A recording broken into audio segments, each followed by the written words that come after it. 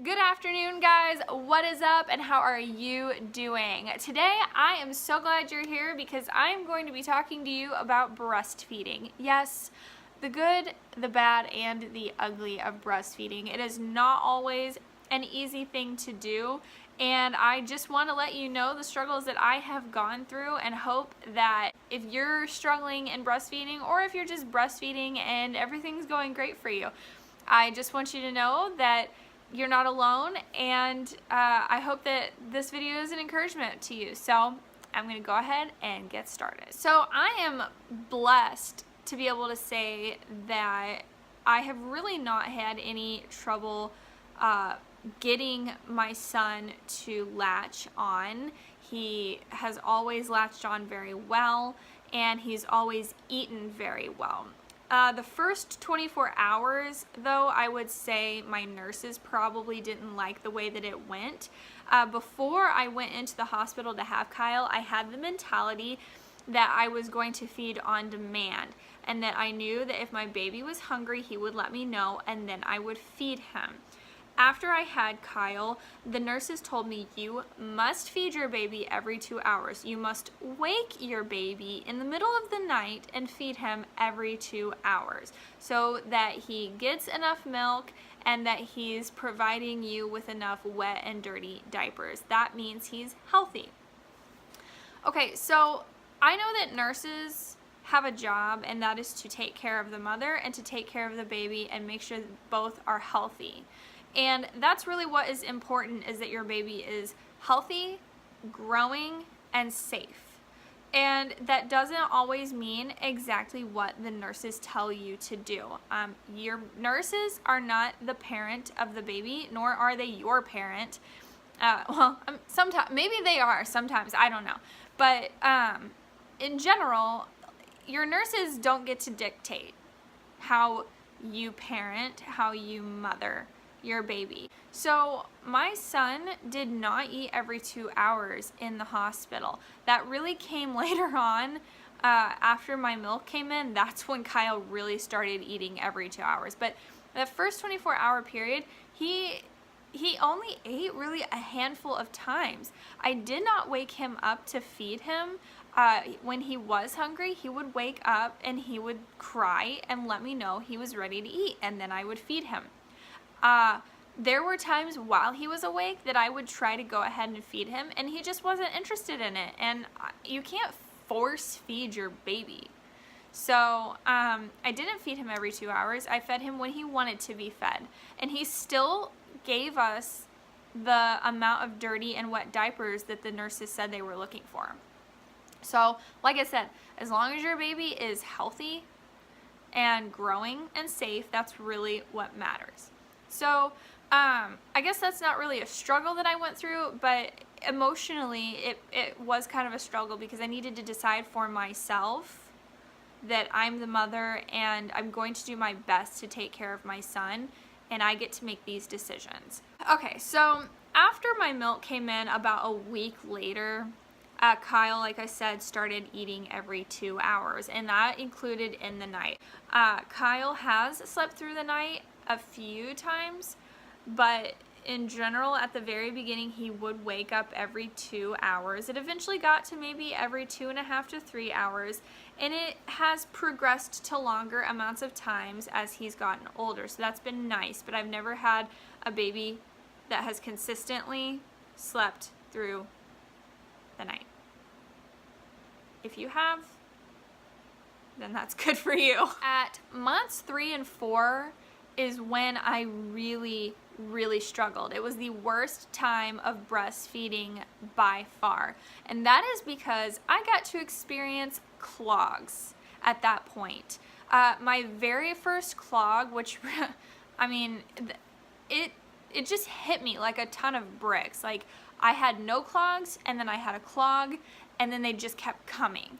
And my very first one, I started feeling the pain of it around 9 o'clock one evening, and after I fed Kyle and went to bed myself, that's when I really started feeling the pain consistently. And I would say at early hours of the morning, that's when I I woke up and I could not go back to sleep. I was crying because it hurt so bad. It was excruciating. It hurt like hell. I'm sorry, but it did. I knew it was a clog. I had never really researched clogs. I hadn't researched breastfeeding really in general at all. I knew that while I was in the hospital, the doctors told me that I had access to lactation consultants to make sure that Kyle was breastfeeding right, to make sure that I was latching him on right and everything like that. I never really used those services, but I had heard other people talk about their breastfeeding experiences, so I kind of just went off of what I heard people say. And at this time, I knew that I had a clog. And so I was up from probably around 2 or 3 in the morning. I didn't get any sleep after that because I spent the whole night crying, trying to massage my boob. And this particular clog was on the underneath rather than on the top area up here. And let me tell you, in my experience, clogs on the bottom of the boob hurt way worse than clogs on the top. I have no idea why. If you've experienced that, please let me know. It may just be the way that it works for me and my body, but oh my gosh, there is definitely a difference in the pain scale between under boob clogs and upper boob clogs. But I just worked to try to massage my boob all night long. I tossed and turned, I cried, I tried to feed Kyle as much as possible throughout the night, and I decided for myself, as soon as 8 o'clock rolls around, I am calling that doctor's office and I am asking for some help because this is awful. And so I called my OBGYN office, and she wasn't available. Of course, she had so many appointments booked that day. She didn't have time to get on the phone with me. So I talked to a nurse. She had me take my temperature. I had no fever. The area that was painful wasn't hot. It wasn't red. And so I told her, I was like, I don't think that I have mastitis. I don't know what it is, but it just hurts so bad. I've been crying all night long. I cannot deal with this. I need something. And so she got off the phone, told me she'd call me back in a little while later and see what my doctor said. So as soon as I got off the phone with my doctor's office, I called my parents and I said, I may need you to take me to the hospital because this is just awful. I can't deal with it. But I'm going to wait first to see if my doctor calls first before we go. And so I was going to give it a couple hours to see, because between phone calls, it was about an hour. So actually, not long after I got off the phone with my parents, around 9 o'clock, I was starting to feel some minor relief. And I was able to actually lay back down in bed because Kyle had gone back to sleep right around this time. And I was able to lay back down in bed and sleep with him for about another 2 hours before he woke back up. So I got a 2-hour nap. And my parents came over right around the time I woke up, picked me up so that we could, kind of drive around the area of the hospital. They had some errands to run. My husband was at work. And so we were just going to kind of drive around to see if my doctor would call back at any point. But as the day progressed, the pain started to go away a little bit more and more. Of course, I fed Kyle consistently on that side, and I made sure that I kept feeding him on the other side too. I would kind of pump on the other side because I was really trying to focus on the one side that hurt so bad. And so it was a long time. I think my doctor called me back later in the afternoon and said that it was actually a nurse that called me and said, your doctor thinks you might have mastitis. She's calling in a prescription for you at your place that you go get your prescriptions. And you can go get it if you want and start taking that. And so by that time, the pain had somewhat gone away, and I thought, you know what, I don't really need to take medicine right now because it's not even nearly as bad as it was hours ago. And I'm kind of a person who just won't take medicine unless it's just early in the morning. I would have taken medicine if it had been available to me. Because I don't take medicine unless it's just the end of the world for me. When I had my epidural, I did have an epidural. When I had it, it only worked on one side, and even that one side would start to kind of go away. It took me a long time before I pressed the button to administer more of the anesthesia to me. And even when that worked, it took me even longer to ask the nurse to give me stronger, like a stronger dose of it. And so, yeah, I avoid medicine. I just avoid it because I just don't like taking it. Like, if I can get through whatever I'm getting through, then that's my way of going. So, yeah, I ended up actually not even picking up the prescription that day, but my mom kept talking to me and saying, like, you really should go get it just in case, because you never know if it's gonna happen again, and you don't want to have mastitis if you can't get your clogs out. And so it took me like 5 days to go pick up that prescription, and I think it's still in a drawer somewhere. I never touched it. So yeah, that was the worst. That was the absolute worst. But then about a week later, I got another clog, and it got to the point where I started getting clogs twice a week for 2 months straight. And it took me all of those 2 months researching as much as I could, reading forums of other moms who had gone through reoccurring clogs that just would not go away. And so many people had so many different ideas, like warm compresses, cold compresses, dangle feeding, which is where you lay your baby on a flat surface and you dangle your boob over them and feed them so that the gravity is helping pull the milk down. I tried that, feeding on all fours. That was awkward. I don't know how people do that. Like, my boob would like hang in front of my son's nose, and I would try to turn different ways, but that was difficult. My goodness. It didn't work for me. It was very uncomfortable for me, and I felt like I was suffocating him because my boo would just like sit on his face and in his nose. So I tried that. I tried just letting my boob sit in warm hot water and massage it. I tried pumping a crap ton in between feeding him. Oh, what else? I tried so many different things. And I finally realized that what was working to get the clogs out the quickest for me was 2 things.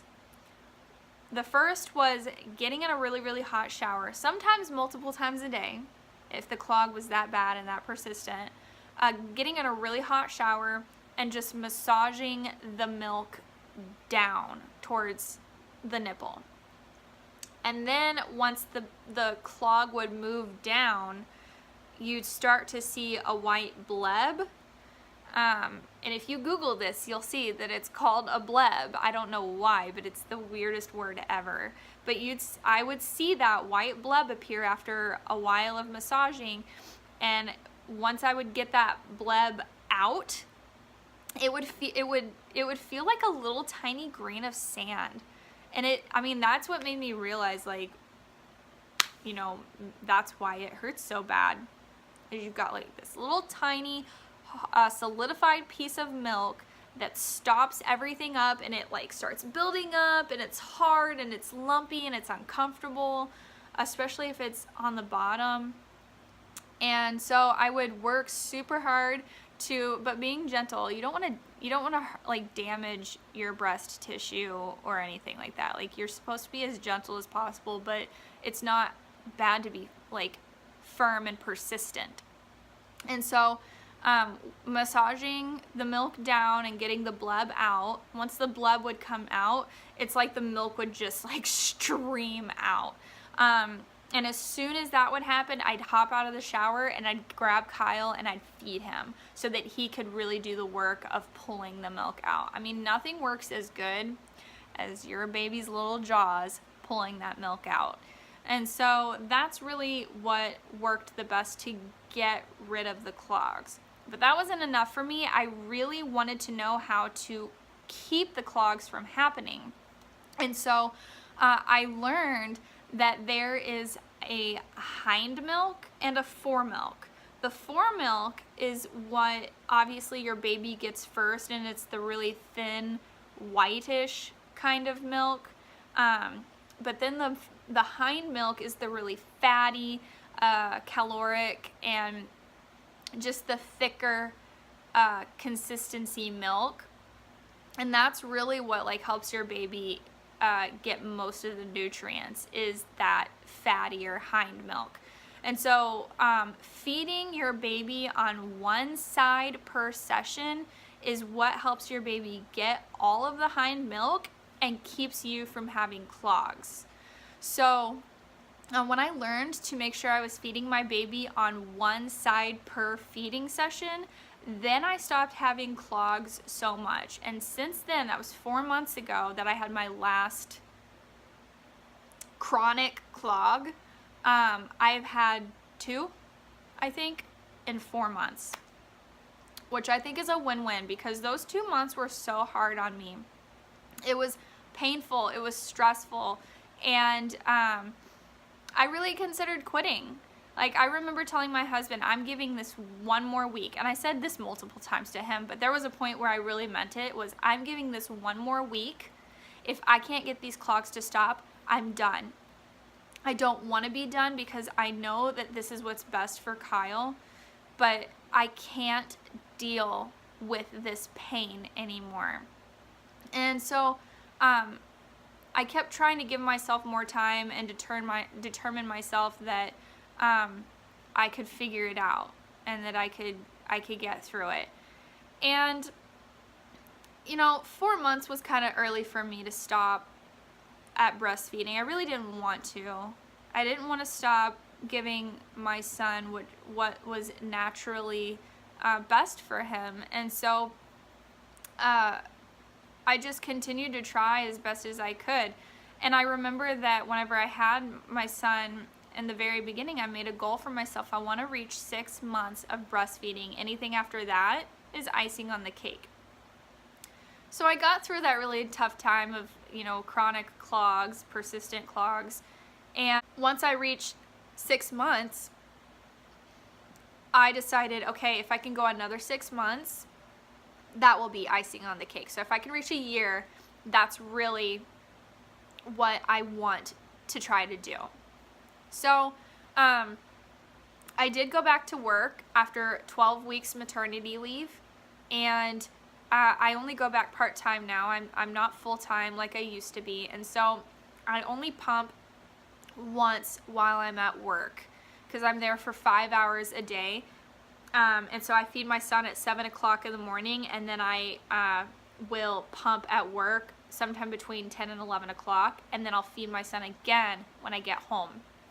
And so that bottle that I pump goes to the next day for while I'm gone from him. He eats that bottle. Other than that, I breastfeed him. So I only pump once a day at work. And I really thought that was going to affect my supply. I was afraid that skipping 1 or 2 of those feeding sessions would really affect my supply. It didn't really, though. It may have a little bit, but what I learned is that as long as you're being consistent, you're taking the milk out, your body will realize, oh, I don't have milk, I need to produce more. So being consistent with emptying your milk will make your body decide that it needs to make more. So I would do that, and it really didn't affect much, and he would continue to get the right amount of milk that he needed. Until recently, which is, there's a few factors of what's going on right now, like currently, while I'm filming this video, which is Kyle has been eating a lot more solids. So I make his puree food for him, and I've also gotten oatmeal for him, and just this week I've started feeding him like the little Gerber puffs that are like this big and they melt in your mouth. I started feeding him those. So he eats solid food about twice a day, drinks a bottle of milk once a day, has some puffs a few times here and there, and I've also started giving him a couple ounces of water a day to help with constipation and making sure that he doesn't get constipated from the solid food. And of course, I just feed him, you know, I boil the vegetables, and then I puree them, and then I put them in the refrigerator, and they're cool by the time I feed him. So doing that has kind of dropped my supply a little bit, because, you know, there are some times instead of breastfeeding, I feed him solids. And so my body's recognizing that it doesn't need to make as much milk as it had been. And so,